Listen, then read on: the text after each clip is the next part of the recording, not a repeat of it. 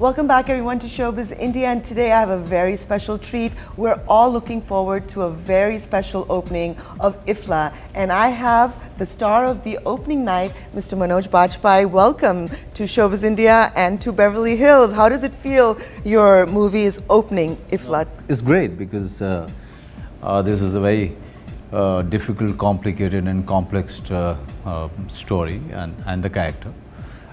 This has gone everywhere, to all the big, huge international film festivals, and it won some of the awards at these very prestigious film festivals. Now it is opening at IFFLA. Indian Film Festival, which is happening in LA, is a great, prestigious thing for the film. So the journey continues for the film.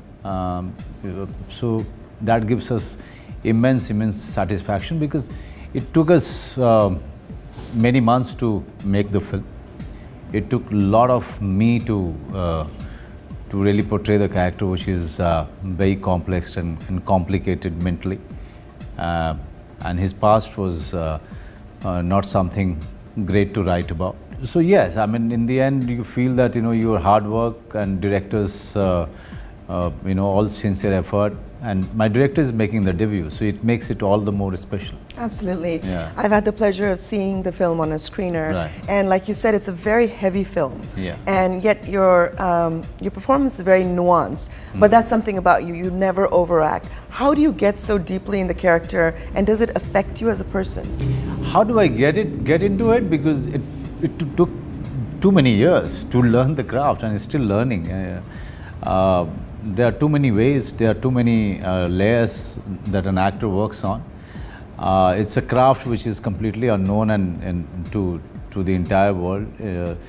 It's sad that the acting is the most difficult job in the world, and but it is considered the most easiest job, because everybody thinks that they can act, but nobody really understands how much hard work and how much patience it requires to really learn the serious craft of acting.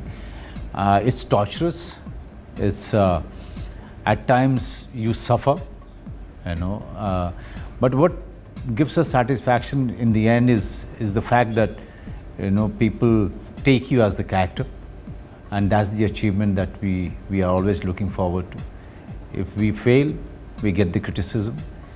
If we succeed, we get all the accolades. And the first approval I always look for is from the director, because he is the person who had the vision of not only of making the film, but also taking me as the actor. So always I look at my director's face, and if he says it's okay, then I just move on. And that's what I mean, like you talked about suffering. Especially this character, he's psychologically disturbed, he's paranoid.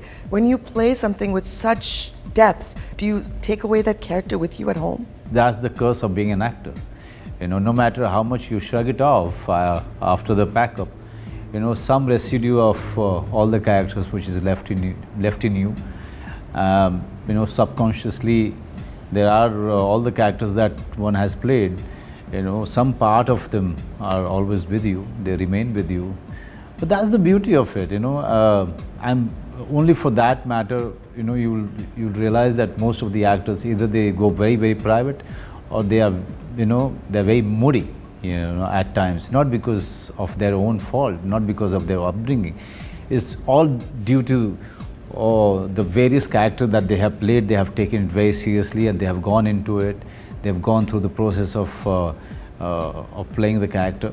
So it happens, but we accept all the characters, and that is why you say that to be a good actor, you have to be a great human being, because you will start accepting the characteristics of all kinds of human beings. So on a lighter note, which one are you, moody or private? How would you classify yourself as a person? Mostly private, very private. I don't open so easily, nor I try to, because I'm very comfortable in my being private. At times moody, yes, no regrets there, because these are the things you know, uh, which is the outcome of me being an actor.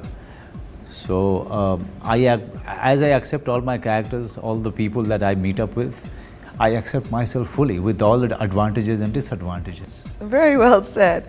And so this, coming back to this film, I mean, this film had to be challenging on many levels because, again, it's such an understated but a heavy performance. What was perhaps the most challenging part of this film for you? What's the most challenging part? Because when you've seen the film, he's never thinking, there are too many, things going on in his mind. They're crisscrossing, the thoughts are crisscrossing each other. And when thoughts are crisscrossing, to make those thoughts in every moment is a very, very difficult thing to do as an actor. For that, your preparation has to be, immaculate. You really have to come up with a very different kind of a craft to achieve that kind of level. Also, what was very difficult was, to get into the character so much that my eyes don't lie. So if you see the film again, you will realize that my eyes are telling the past of the character. Well, I'm watching this film again tonight at the opening, so I'll definitely look out for that. Yeah, because most of the performances fail when their body is expressing everything, but their eyes are lying. So most of the veterans fail in some of the roles only because of those eyes are still not there in the character. Very interesting. You have learned this craft. You wanted to be an actor since you were young. You went and studied to be an actor. Obviously, the film festival gives an opportunity for many young aspirants of directors, producers, actors. What would you tell them how to pursue their craft? It's a one-way traffic, either you get into it, or you don't get into it. It's that kind of a lane where there is no reverse gear. Once you are in that lane, you can only move ahead. There is no going back. And if you have that kind of energy and that kind of resolve of keep moving on, then only you get into this lane. It's a difficult lane where only one car is allowed. And you definitely know what you're talking about because you went through a lot of struggle early in your career. I don't call it struggle because it was my choice. Had it been my parents' choice and not my choice, this would have been a miserable journey. But I enjoyed each and every part of it. I loved sleeping on the pavement. I loved going hungry. I loved each and every part of the misery that we call, or the struggle that you call. I just loved every part of it. And also, I was very, very young, so for me, each and every moment was very ideal, very idealistic. My struggle was very idealistic. I used to, challenge myself, talk to myself most of the time, and keep, egging myself on to move on, because I didn't have anything to lose. I came from a farmer's family, which was a lower middle class farmer from a village. My father didn't have much to offer in terms of support, but all he offered me was emotional support. That was enough for me. And so whatever I was doing, I was only gaining, a platform to stand on. Going back was not an option for me because there was nothing waiting for me except my parents and my siblings. So I had to do well. I had to learn the craft. I had to stand on my 2 feet. I had to come to some kind of a resolve to do something with myself, to make something of myself. So yes, I mean, when you look back, you say that it was a long, hard journey, but for me, I was enjoying every bit of it. Good for you. Take me back to the moment when you first won your award. How did that feel? Okay, to be honest, because I don't like to romanticize things. I would tell you the way I felt it. I felt that I have justified the opportunity that was given to me. I felt that all the great talents which are waiting in queue, somewhere they will not feel that the award has gone to the wrong guy. So all of those thoughts were coming to my mind, because yeah, when you do, when you are getting an opportunity, you should give everything to it, and because there are too many people outside who are more talented than you, and so you have to really justify the choice of the director by working very hard on the character. So no butterflies in your stomach No, going to not read? yet. Nothing? Nothing. Till now, awards don't mean anything. Believe me. Yeah, it's the director, when he says that you have done a great job, that is the biggest award for me. I have to justify his choice. Awards, jury members change. Okay, with jury, the decision will always change. One jury will give me the best actor, another jury may not give me the best actor. That doesn't take away the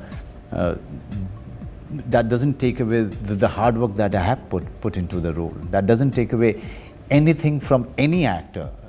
So of the 4 or 5 guys who are nominated, for me, all of them are winners, because all of them have played different characters in a different story. So to come up with one winner, I think it's something. It's just an event, for me. In the beginning I told you, so I will not romanticize. Yeah, no, I like the honesty. Yeah. That's great. So each and every, I take it with all the humility, because I really honestly feel that each and every film which will be shown at IFFLA here, all of them are winners. Wonderful. And let's talk about the director of this film. He's a debutante. You're obviously a very accomplished actor. So candidly speaking, how did you think working with him? How did you feel?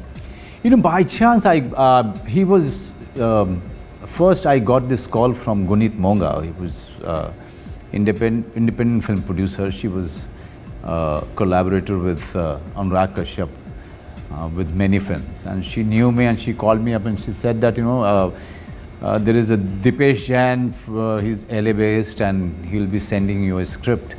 So please check the mail and please, if it is possible, can you please read the script? So I went through the script. As soon as I finished, reading the script, I sent him a message. He called me back, and I said, "Let's do it." And it was that simple. With me, it's very simple. Either I do it or I don't do it. And if I decide not to do it, and nothing can convince me. And if I decide to do it, even if it is a debutant, it doesn't matter. I personally feel that somebody who is so intelligent to write this script will definitely be fantastic behind the camera. And with that confidence, I start backing the project. We are going to release this film by the end of next year. I'm still with him. I'm on every step, I'm holding his hand with all my experience, guiding him till the release of the film. Definitely I'm there with the film, with Dipesh Jain, and he's really made a great film. He's given me a chance to prove myself all over again as an actor. So I'm indebted to him too. Oh, it's very nice. And what can we look forward to professionally otherwise? But there are too many things. God has been very, very kind this year. I've been working non-stop at the cost of my wife and my child really, riding on my head to take a break.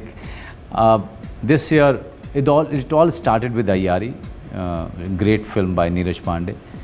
And then Missing with Tabu, we just released, and Baghi, I made an appearance at the insistence of the director Ahmed Khan. He's been a very, very old friend of mine. Now I'm shooting for Satyameva Jayate with John Abraham. It's again mainstream genre. After a long time, I'm doing this. I'm trying my hands with this genre. I'm enjoying it. I mean, all dialogue bazi, nice clothes, and getting into fist fights with the bad guys. Yeah, I'm enjoying every bit of it. Then this film In the Shadows, Gali Guliyan, will be releasing in May. After that, you'll see me in a dacoit film directed by Abhishek Chaubey with Sushant and Bhumi. Very, very busy, clearly. Yeah, and then I'm shooting for a web series too. So there you go. So, so too much work this year. As I said, God has been very, very kind. And after that, I'll be leaving for New Zealand to shoot an English film. All right. Yeah. That's nice to know. Yeah. Wonderful. So in conclusion, how would Manoj Bajpayee like to be remembered? Somebody who's changed the trend. Very well said. Yeah. Thank you again for Thank your you. time, Thank and we you. wish you continued success. Thank you.